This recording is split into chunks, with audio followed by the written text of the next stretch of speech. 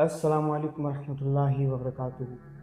تمام ہم رب کائنات کے لیے اور کروڑوں درود و سلام حضرت محمد مصطفیٰ صلی اللہ تعالیٰ علیہ وآلہ وسلم، آپ کی آل اور آپ کے اصحاب۔ 10 محرم الحرام یعنی روز عاشور، گویا کہ حق اور باطل کی جنگ۔ ہزاروں میں 72 تن تھے تسلیم و رضا والے، حقیقت میں خدا ان کا تھا اور یہ تھے خدا والے۔ حسین ابن علی کی کیا مدد کر سکتا تھا کوئی؟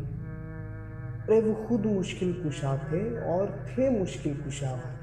28 رجب سن 60 ہجری، امام عالی مقام مدینے سے روانہ ہوئے، اپنے نانا جان کو آخری سلام پیش کیا اور گویا کہ کہا کہ نانا تیرے کرم کے خزینے کی خیر ہو، میں جا رہا ہوں تیرے مدینے کی خیر ہو۔ جناب سیدہ فاطمہ زہرا رضی اللہ تعالیٰ عنہا کی بارگاہ میں حاضری دی اور اپنے خاندان کو لے کر مدینے سے چل دیے۔ اب امام علی مقام مدینے سے چلے اور مکہ مکرمہ پہنچے۔ مکہ مکرمہ پہنچے تو حج کے دن قریب آ گئے، حج کی تیاری کی اور اتنے میں کوفے کے لوگوں نے امام علی مقام کو خط لکھنا شروع کیا۔ کہا کہ حضور یزید ہم پر مسلط ہو گیا ہے، اگر آپ نہیں آئیں گے تو ہم اللہ کی بارگاہ میں شکوہ کریں گے کہ کوئی ہماری مدد کو نہیں آیا۔ اور دیکھتے دیکھتے خط کی تعداد بڑھنے لگی۔ اب امام علی مقام نے مکے کے لوگوں کو جمع کیا اور انہوں نے یہ مشورہ دیا کہ آپ نہ جائیے۔ اور جب کافی لوگوں نے اس بات پر اصرار کیا تو امام علی مقام نے فرمایا چلو ٹھیک ہے، میں مسلم بن عقیل کو بھیجتا ہوں۔ مسلم بن عقیل مولا علی شیر خدا رضی اللہ تعالیٰ عنہ کے بھتیجے ہیں، یعنی امام علی مقام کے چچا کے بیٹے ہیں۔ اب مسلم بن عقیل اپنے 2 شہزادوں کے ساتھ کوفہ پہنچتے ہیں، اور تب کوفہ کے گورنر نعمان بن بشیر تھے۔ اور جب آپ نے دیکھا کہ مسلم بن عقیل کوفہ تشریف لائے ہیں تو لوگ دوڑے چلے آئے اور آپ کی بیعت کی، اور یہاں تک کہ 3 سے 4 دن میں 40,000 لوگوں نے آپ کی بیعت کی۔ اب یہ بات یزید کو پتہ چلی کہ 3 سے 4 دن میں مسلم بن عقیل کے ہاتھ پر 40,000 لوگوں نے بیعت کر لی، اور اس نے کہا کہ مزید یہ 1-2 دن ٹھہرے تو یہ نعمان بن بشیر کی جگہ پر قبضہ کر لیں گے۔ عبید اللہ ابن زیاد جو کہ پہلے سے ہی ایک علاقے کا گورنر تھا اور نہایت ہی ظالم طبیعت کا مالک تھا، اب یزید نے اس کو ایک اور صوبے کا گورنر بنا دیا اور حکم دیا کہ کوفے جاؤ اور مسلم بن عقیل کو گرفتار کرو اور جو اس کا ساتھ دے اس کو قتل کر دو۔ مختصراً یہ کہ اگلے دن مسلم بن عقیل کوفے کی جامع مسجد میں ظہر کی نماز ادا کرنے کے لیے جاتے ہیں اور وہاں تقریباً 6 سے 7 ہزار لوگوں کا مجمع موجود ہوتا ہے۔ اسی دن مغرب کی نماز ادا کرنے کے لیے جاتے ہیں، تب بھی چند ہزار لوگوں کا مجمع موجود ہوتا ہے۔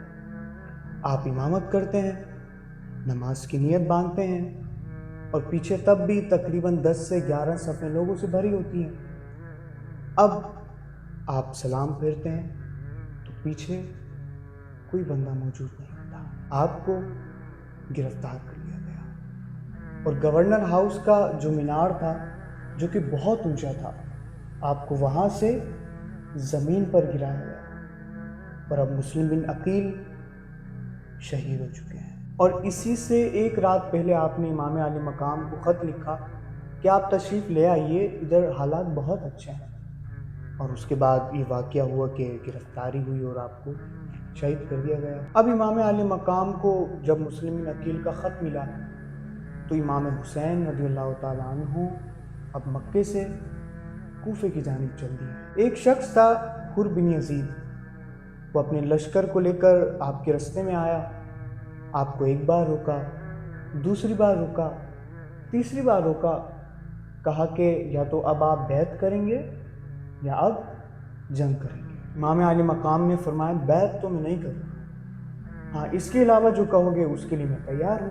اب اس نے خط لکھا عبید اللہ ابن زیاد کو، کہا کہ نہیں مان رہے ہیں، کیا کرنا ہے؟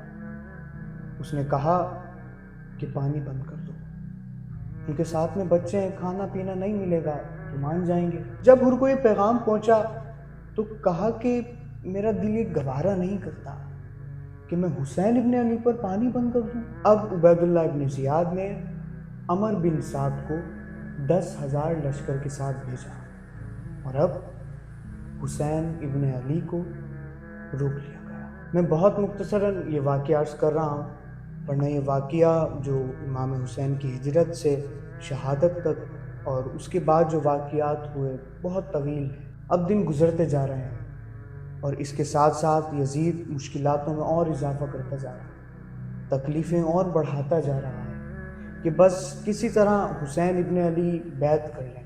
7 محرم اب آل رسول پر پانی بند کر دیا گیا، گویا کہ جو مالک کوثر ہیں ان پر پانی بند کر دیا گیا۔ حاکم کا یہ حکم تھا کہ پانی بشر پئیں، گھوڑے پئیں، اونٹ پئیں، اہل ہنر پئیں، سب پئیں، چرند و پرند پئیں، منع تم نہ کیجیو، مگر ایک فاطمہ کے لال کو پانی نہ دیجیے۔ 3 دن پانی بند رہا اور اب 9 محرم عبید اللہ ابن زیاد اور زیادہ لشکر بلواتا ہے۔ شمر یہ وہ بدبخت ہے کہ جس نے 6 ماہ کے ننھے علی اصغر کے گلے میں تیر مارا۔ 9 اور 10 محرم کی درمیانی رات یعنی شب عاشور، شب 10 محرم الحرام۔ شمر آیا اور امام علی مقام سے کہنے لگا بس بہت ہو گیا، اب صرف 2 باتیں ہیں، یا آپ بیعت کریں گے یا اب آپ جنگ کریں گے۔ امام علی مقام اندر گئے، سیدہ زینب رضی اللہ تعالی عنہا سے مشورہ کیا، باہر آئے اور فرمایا کہ اب بھی وہی بات ہے جو پہلے کی تھی۔ آپ سوچیں کہ بچے ساتھ میں ہیں، کربلا کی تپتی دھوپ، اس نے پانی بھی بند کر دیا ہے، اور امام علی مقام کی کیا شان ہے کہ فرما رہے ہیں کہ اب بھی وہی بات ہے، مطلب بیعت نہیں کرنی ہے، اس کے علاوہ جو بھی۔ شمر نے کہا تو اب آپ جنگ کے لیے تیار ہو جائیں۔ امام علی مقام فرمانے لگے کہ کل جنگ کرو، آج کی رات مجھے اپنے رب کی بارگاہ میں کھل کر عبادت کرنے کی۔ تو کہا کہ کوئی موقع نہیں ہے۔ پیچھے سے آواز آئی حر بن یزید کی، کہا کہ حسین کو موقع دو۔ امام علی مقام نے پوری رات عبادت کی، یہاں تک کہ تہجد کا وقت قریب آ گیا۔ امام علی مقام امام زین العابدین رضی اللہ تعالیٰ عنہ کے پاس تشریف لے کر جاتے ہیں اور فرماتے ہیں کہ تم بیمار ہو، تم جہاد نہیں کر سکتے، لیکن ہاں تم پچھلوں کا خیال رکھنا۔